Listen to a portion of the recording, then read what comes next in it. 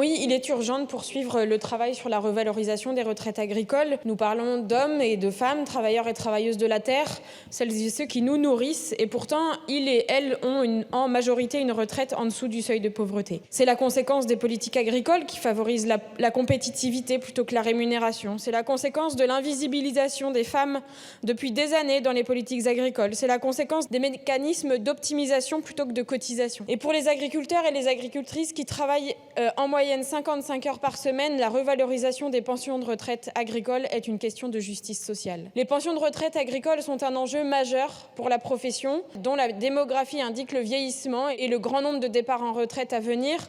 D'après l'INSEE, les agriculteurs constituent ainsi et de loin le groupe socio-professionnel comportant proportionnellement le plus de seniors en activité.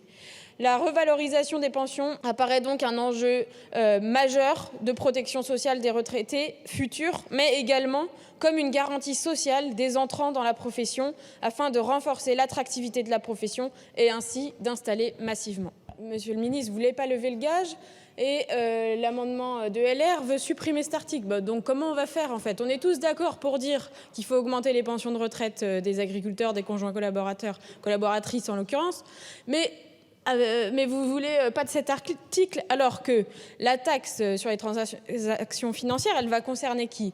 Les investisseurs assujettis à cette taxe sont les particuliers détenant de l'immobilier, des actions en bourse ou des actifs en crypto-monnaie, les organisations financières comme les banques, les compagnies d'assurance, les fonds de pension et d'investissement et les investisseurs professionnels tels que les traders et les sociétés de gestion. Je veux dire, la mise à contribution du secteur financier, c'est de la solidarité nationale. Pour 82 contre 1.